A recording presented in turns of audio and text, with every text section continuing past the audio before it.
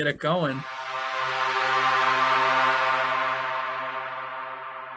Observing or experiencing a black mass that felt very, very negative, and not knowing what it was, not having any preconceived ideas about what it was. And in a passage in this, so this book is The Demonologist, The Extraordinary Career of Ed and Lorraine Warren. This is just they had a writer write this about them, actually. This is their philosophy, I want to note, and their philosophy on all things paranormal stem from their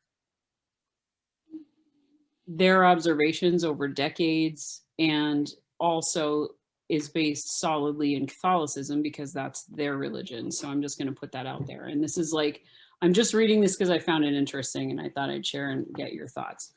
So he's talking about the authors asking them questions. So the whole book's almost like an interview, and then them telling the story of different cases that they've been on and what they've observed in those cases. And then questions. So the author says, does the demonic spirit always manifest as a black cloud-like mass? And the response was, the black mass I speak about, says Ed, is the most common way the demonic introduces itself into the physical realm. I don't know if this represents the mechanics of its manifestation or if it's peculiar to certain kinds of demonic entities. But a demonic spirit can ultimately manifest as Jesus Christ himself. It may be seen as a ghost. It may come as a hooded specter, even in the form of an animal. And then the author asks if that's so. He says, in effect, the inhuman demonic spirit can take on any form it chooses. This is not, again, this is their philosophy. I'm just sharing it. If that's so, then why does it come as a black mass, is what the author is asking. And it says, Ed's response is, because the watchword of the demonic spirit is anonymity, Ed replies, the spirit comes across as a large, undifferentiated black mass that's easily visible on the rare occasions when it's seen during the day, though it'll be more likely witnessed during the psychic hours of the night. Only rarely, though, will it show itself in preternatural form. Why come comprehensively, it reasons, when the spirit's best protection, in fact, its ultimate protection, is anonymity and disbelief in its existence. As a physical phenomenon, though, the black mass is the spirit, and as such, it is perfectly dangerous. When it corners a person, as it did say with the foster children, which is another story in the book, the individual then reports a critical lack of air, incredible coldness on his body, and a pressure like the weight of a boulder bearing down on him. When the person can't get away, then that's it. One of two things will tend to happen. Either spontaneous combustion will occur. We just talked about that last week. That's amazing. In a horrible way. I shouldn't sound so happy about that. That's really amazing in a horrible way. I don't mean to make light of that. The person bursts into flames and is reduced to ash, or he'll dematerialize completely, sometimes forever. That's pretty out there. I'm just going to put that out there. That was a pretty out there line. Incidents of human combustion are very rare. There's only about 20 cases on record. And it goes on here to say, you know, the question is, the answer that Lorraine is giving, the question is in here somewhere, and I don't want to blab on and on and on, but this stuff is really interesting, so I'm going to skip through it. The object of the oppressing spirit, Lorraine adds, so this is her perspective, is to possess the person's body, or failing that, to drive the individual to commit murder, suicide, or both. Before that point is reached, however, the individual under oppression will already have been the victim of a very complex strategy. And then she gives an example of a story. And then when we get to the back here, they ask questions like, Why is so much negative supernatural activity happening right now? Inhuman spirits have roamed the earth since the beginning of time, Lorraine responds. So there's nothing new about that. What's new is the situation we witness in the 20th century. And this is interesting because it sort of ties into some things that Amanda was saying, which I found really interesting. In line with that, I'd say there's two basic reasons why excessive negative activity is taking place these days, and one reason has to do with numbers. There are more people in the world now than ever before in history. A great many of these people are dissatisfied with life, alienated from religion, or seeking after extraordinary knowledge. Concurrently, never in history has so much profane negative information been available to everyone. And it's interesting because later on, she actually ties this into the whole concept of the law of attraction, like almost like the secret stuff, right? Which we talked about, I think, before in another conversation, right? Alex is like, yeah. Yeah, I was about to say with that, like attracts like, negative attracts negative. So that totally makes sense where they're going, but continue. Yeah, it's interesting. so it's interesting. So they've got a little combination of influences going on here in their philosophy about how, like, what this stuff is and how it goes on. So she continues with, concurrently, but never in history has so much profane negative information been available to everyone. In the past, this information was secret knowledge, which Steve probably knows more about, used by some of the most wicked people who ever lived. Today, much of it is printed in books and sold like candy. This, and now on the internet, which this book was written in 1980, before the internet even came. So like she, What would she say now? before her brain passed, she was probably like, oh, sweet Jesus, like the dark web and all the things you can find on the web, right? So this information is the real thing, and a gullible person who decides to use it for personal ends is quite capable of bringing about infestation, oppression, or possession by inhuman spirits.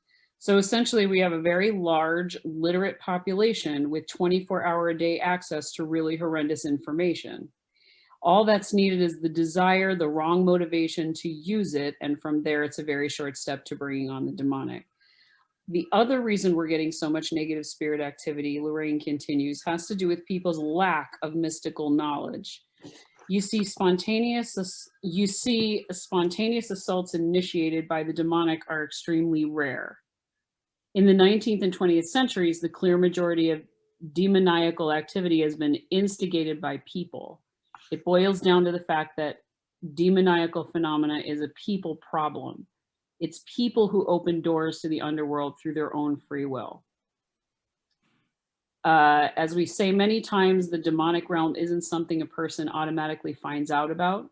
One learns by accident or by voluntarily doing something to cause the phenomena to occur. Most of the time, the demonic is brought on deliberately through someone's formal choice to do so. This is the heart of the matter because man can choose between good and evil.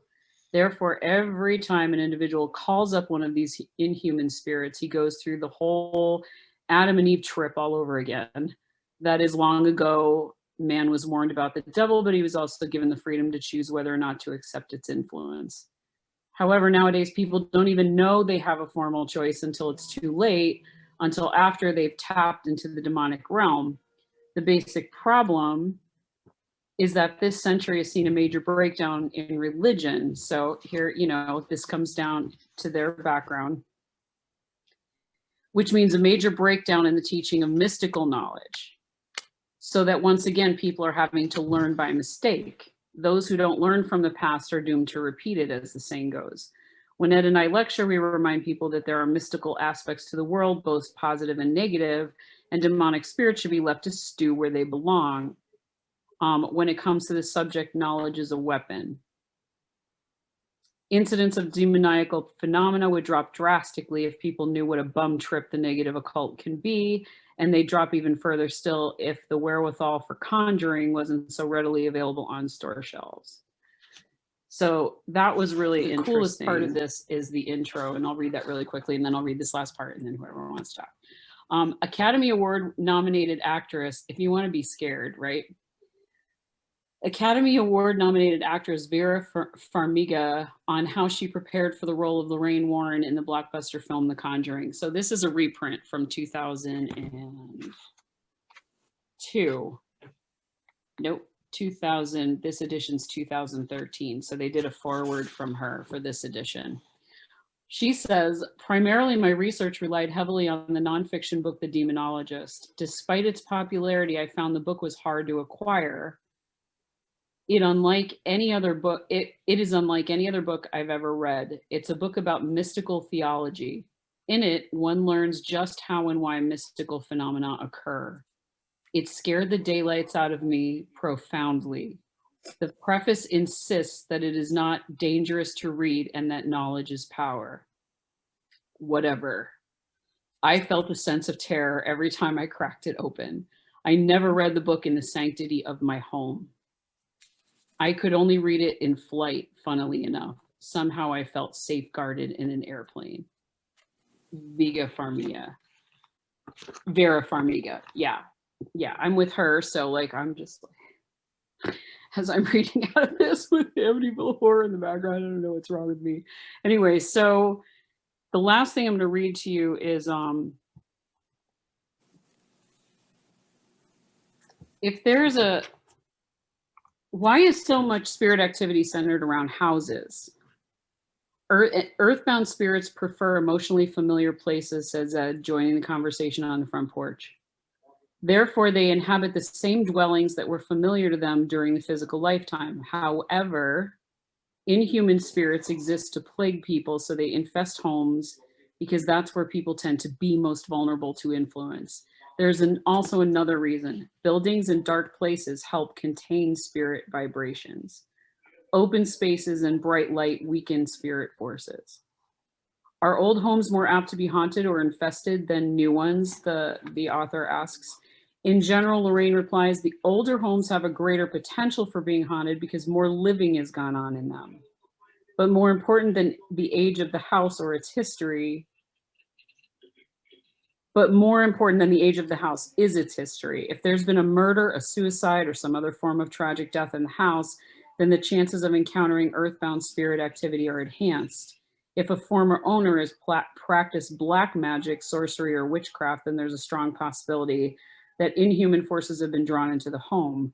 And unless that home has been exorcised, negative spirits will remain to infest the dwelling. As for what you can do about avoiding a haunted or infested house, be suspicious when house hunting. Be leery of houses that have remained vacant for long periods of time, because often houses remain empty because they really are unlivable. That's interesting, right? Talk to the neighbors around the house or check around town and try to find out some scuttlebutt on it. I've never heard that used seriously, that word. Another thing, when you're checking out a house, old or new, be aware of the physical signs of a spiritual presence. You might notice odd smells that are detectable but have no obvious source, or strange cold spots in rooms, or areas where there would be no reason for a change in temperature. If you want to go a step further, ask a psychic friend to walk through the house with you. This is really useful information. If you buy a house you're not sure about, what can you do to minimize the chances of arousing a dormant spirit? And I feel like this question can be expanded to, how do you avoid this shit altogether in your life, whether you're buying a new house or not? Well, I'll tell you a few tricks, says Ed. If there are a lot of bushes or evergreens outside the house blocking the windows, chop them down. Let the sun in. Inside, paint the walls white, yellow, or light blue. These colors interfere with spirit vibrations. Get rid of pictures and mementos of previous owners found in the attic or basement or garage. You might also consider selling mirrors and pieces of old furniture that came with the property. And it would also be a good idea to have the house blessed.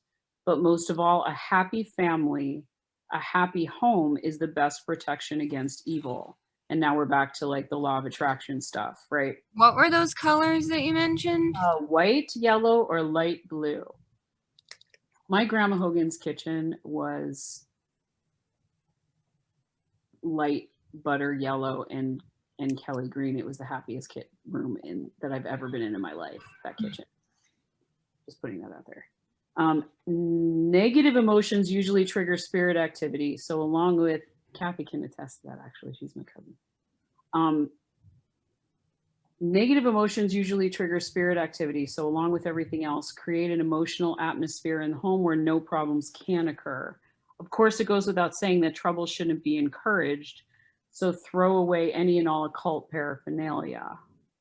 This way, a person can't be encouraged either through curiosity or oppression to use it. And I would probably add to the end of that, really misuse it. Because I'm not completely buying the idea that all of it is all bad. I think it's a lot of it is in the intent and also in the knowledge of the person using it, in being really easily able to make a really bad mistake or think they know stuff that they don't know. If a person suspects he has a ghost in the house and wants no part of it, what is the procedure to take?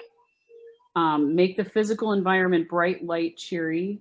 Lorraine answers. Many times just rearranging the furniture will turn off spirit activity.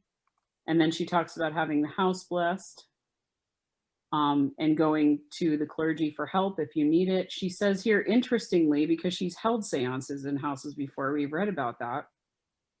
And especially don't hold a seance. Which is like, okay, Lorraine, but you did this, right? But maybe she feels that she has more knowledge. She says that's like I conjured up some stuff too. Right, exactly. You know what I mean? She's speaking from experience, you know. And but she knows how to protect herself as correct. Well. Yeah, I really do believe that she had some major mojo. You may think you're communicating with the haunting spirit, but in reality, 10 dozen different spirits may respond to the recognition you're offering. That's a terrifying line. That's a terrifying line.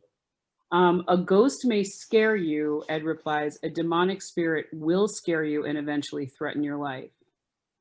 In the early stages, the phenomena associated with both human and inhuman spirits may be the same. Both types of spirit will seek to make their presence known by manipulating the physical environment.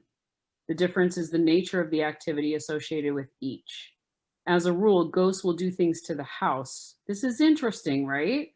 This is this line coming up is part of what you see when they were doing their cases and just making note of patterns. So this part is fascinating to me. As a rule, ghosts will do things to the house while demonic spirits will do things to people. That's like a little checkpoint there. One tries to scare you out of the house. The other tries to scare you out of your mind, truly. Ghosts will do weird, spooky, scary, or strange things, but only infrequently terrifying. A ghost will switch lights on and off, move small objects from room to room, or even project the sound of footsteps, shrieks, and cries. On occasion, a ghost will manifest itself, but that's about it. Earthbound spirit activity tends to occur occasionally. Strange things may happen, but it won't be a wild fury. In short, the ghost cares about itself, not about you, so it'll do things that may give you goosebumps, but not much more. If there's an inhuman spirit in the house, on the other hand, that means the dwelling is now the realm of the demonic. Go. Rarely, if ever, will an inhuman spirit manifest at the beginning. Instead, what should be looked for is truly sinister activity. The demonic is a negative spirit, so it eventually brings about unmistakably negative phenomena. At first, you're liable to hear knocks, raps, poundings, and scratching noises that are designated to try your patience and sanity. Foul smells or unaccountable feelings of terror may also be experienced at this stage.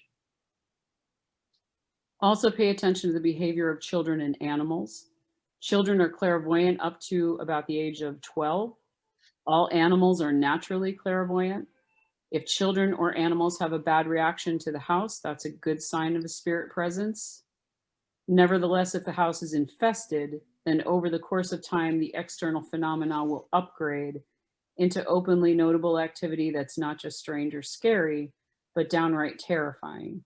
If allowed to do so, This negative activity will go on and increase in frequency, power, and negativity until it develops into nothing less than perpetual all-out pandemonium. Naturally, the point is to be suspicious right from the beginning. If you notice strange or unusual phenomena going on and do nothing about it, the infesting spirit will take it as permission to continue. As for internal, I'm almost done, I swear. As for internal oppression brought about by human spirits, that will be noticed in terms of changes in thinking, habits, behavior, or personality. If the person lives alone, the best recommendation here is to know thyself. If the oppression is happening to only one member of the family, others should look for negative changes in the person. Depression, morbid interest, reclusiveness, or excesses like wild fits of anger, falling down, drunkenness, or bursts of destructive violence. And again, they're saying altogether out of the blue, completely out of the norm, which would kind of separate it from a normal like issue with addiction or mental illness or something like that. Then they talk about, you know, what to do and who to call, and they don't say Ghostbusters. And Ed says,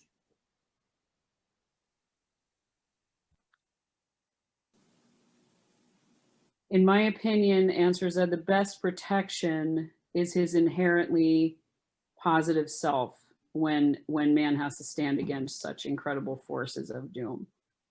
As we've said before, the demonic spirit is something that is going the other way, but on its way down, it's determined to take as many of us with it as it possibly can.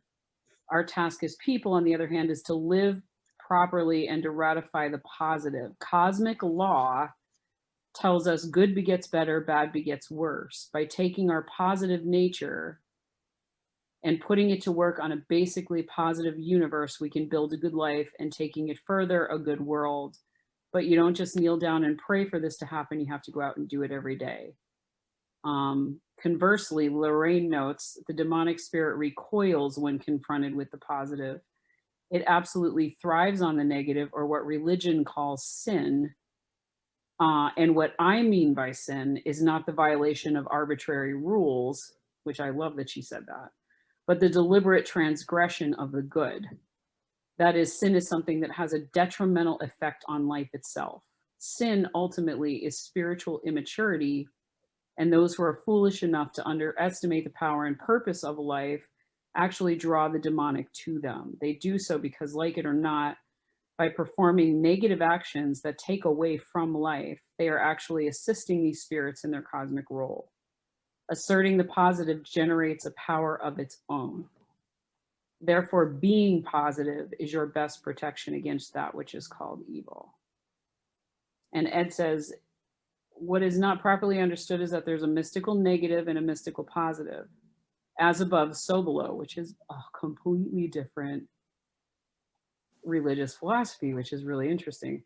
So much attention has been given to the negative that people have forgotten that there are also positive, powerful, positive forces in the world, real forces that can be understood and used for practical benefit. However, in this century, we've been on sabbatical from the ongoing problem of good and evil, so these positive forces have been relegated to the trash heap as so much superstitious bunk. But it doesn't change the fact that by stressing the positive, you set in motion a chain of events that ratify life and being, while accenting the negative brings forth tragedy, chaos, and death. And the last line in the whole book, the last paragraph is, no snake. The interviewer says, is there something the matter, Ed? She asks, and Lorraine asks, and he goes, there's a snake around here, he declares, gazing into the flowers. I know it, I feel it. I can tell the thing is here. No snake, however, is invisible, not at least until a moment later. Then sure enough, out from under the porch, there crawls a long black snake. It lingers just long enough to be seen, then slithers off into the ivy. Ed, Lorraine assures me, always knows when there's a snake in the garden. I feel that they were hell-bent on showing people that this really does exist. and that it's not something to be fucked with arbitrarily, and that it can cause a lot of problems. And the only way that they knew how, with the skills that they had and what they knew about the world as this was all going on back in the 80s and way before, was to physically show people, was to tell their stories in books, was to go physically, you know, spend their life helping people, you know, aside from their full-time landscaping job, and show people, you know, the internet wasn't here, you know what I mean, in those early days. Is chalk some of that up to the fact that they were so young, and it was like, what, the 40s and the 50s when they first started ghost busting essentially as a hobby, and nobody was talking about this stuff. If there was research being done, nobody knew that the research was being done. So they really were the pioneers of this field. So I think that that probably gave them that kind of sense of, and I really do believe that they were trying to help people, and they did believe in what they believed. You know, I don't think that, and this is just my opinion, nobody has to feel the same way either, but I don't think that they were charlatans, in that I don't think that they didn't know what anything that they were doing, and didn't believe in this at all, and pretended that they did, you know, for fame and fortune that never existed. But I do believe that, you know, they were deeply rooted in their perspective of it and their background, and no one else was really doing this. So in their mind, they're putting this information out there like a cookbook to save people from this particular kind of hell invading their life. And again, I'm agreeing with you that I don't agree with that. I don't agree with like the colors. Like, I mean, as an artist, I don't know, the color thing jacked me up too, and telling people specifically to paint certain colors in your house because they're going to be like, I have read about every different kind of stone out there and every color involved with every stone, and everything contradicts each other. You know what I mean? Like, you use this stone because it has these properties because it has this color, and then another stone of the same color has a complete different property, and you know, whatever. So like, there's confusion in there. And there is a sense of arrogance there that is a problem. And especially when you're coming from a place like I am of, there's so much that we don't know. How can you ever say for sure that you know exactly what's going on when we're talking about things that you can't even see? You know? Right. Because like we had talked about last week when we were talking about the forbidden knowledge and things like that, where the guy that I was talking about in that book, different guy, different book, where it's naive and ignorant to just put the blinders on and just discredit everything that, you know, early philosophers and early scientists were doing, because they were on the right path. It's just that they didn't have what we have now in order to fully understand, or at least understand better, what's going on in the world around us and what's going on in the world within us, in the human body and the mind. So a lot of what we have now comes from those early people. And we see this weird thing where a lot of people just want to completely forget about them and not talk about how chemistry used to be alchemy and astronomy used to be astrology. But we need to kind of do a little reversal on people in full-fledged Fox Mulders, where they just don't want to talk about any type of science in any capacity. Because ironically, it's a little bit hypocritical to write books about how to protect yourself and then to say don't read books on how to protect yourself, because it's just asking for it. So it's like, okay, that doesn't make any sense, but all right. Yeah, it's another huge contradiction, just like when she said, for the love of God, don't do a seance. Yeah. You know, we heard, you know, I've read you know, the first book and a half from Andrea Perron from The Conjuring story. And part of the issue was that the Warrens walked in and did a seance Right. and all hell broke loose. So, you know, it's another interesting point to bring up to find out what the vibe on that is from a family member. You know what I mean?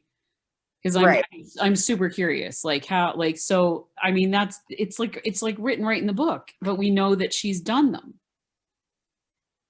So I would actually defend that one. I could defend a lot of the things that you guys are shitting on here, just to kind of Oh, advocate no, into the ring here. there's no shitting on it. It's just it's A little bit. No, you can call it what it is. maybe you're shitting on it. I'm like, you know, You I'm gotta dump it on him a I'm little trying to bit. be, you know, kind of open-minded about all of it. You know what I mean? Until we understand more different perspectives. So, That's all. let's talk about the color thing. Okay, I think we could all agree that's a crock of shit. And the reason that I think they would write that in a book like this has to do with this idea of uncertainty, because the uncertainty is the greatest weapon of any kind of negative force, of any kind of negative energy. And even if you tell people, like, if you paint your house a certain color, if people that gravitate to that kind of book get some sense of security from that, then it achieves its required goal, you know? Does a spirit care what color your kitchen is? I don't think so. But I think if you believe that the spirit does, then you can find some kind of solace in that. You can find some kind of whatever.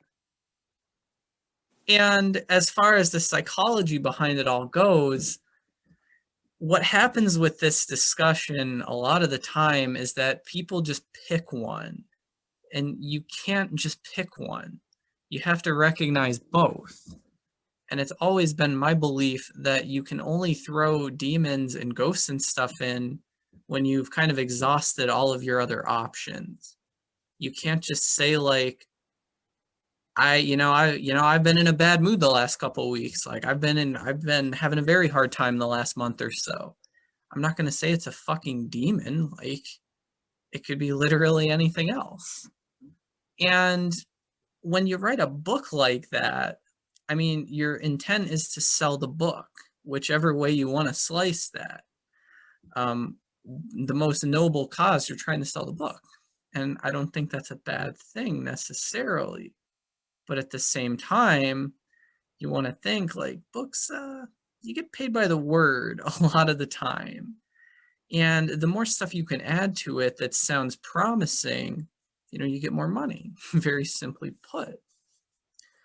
And one of the other ones about Lorraine telling you not to do a seance, I think that would be one of those things where she just learned from experience, where a lot of times you have no idea and you think it's fun and games, and then you do it and you're like, oh shit, like, maybe I shouldn't do this.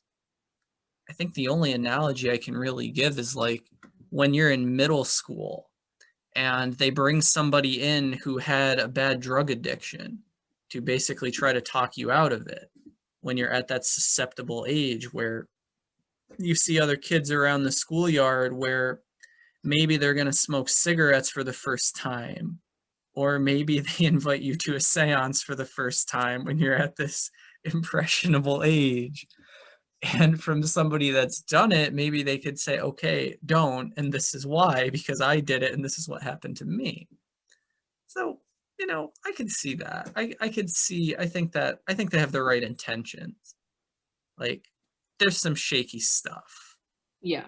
But I think something else that I want to say is that there are also, like, this comes back to our conversation a couple weeks ago. Like, I understand everything you're saying, Jess, and the whole emphasis on having a really positive mindset, being, you know, firmly rooted in psychology there. Like, there's that whole issue that we talked about a couple weeks ago where what comes first, the chicken or the egg, right? So yeah, it's complicated and it makes it really difficult. And that's another thing that I want to talk about in a few weeks and ask questions about. So, you know, it's just like when I told the story about the activity in a particular room of my house and having the power lines attached to the outside of that room, and the EMFs in that room being really high because the power line was attached. So was I imagining activity in that room because the EMFs were high and it was messing with me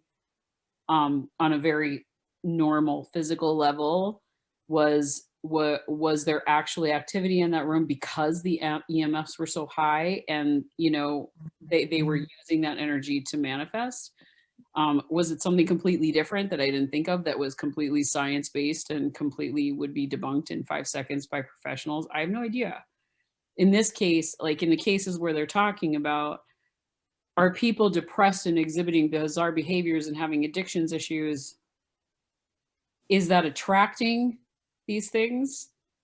Or is it a symptom of these things? Or is it some bizarre, which I could completely understand, some bizarre combination of all of those things? And how do you ever figure that shit out? How do you ever have the balls and the arrogance to say, you know, what's what and in what direction and which came first? And that is another problem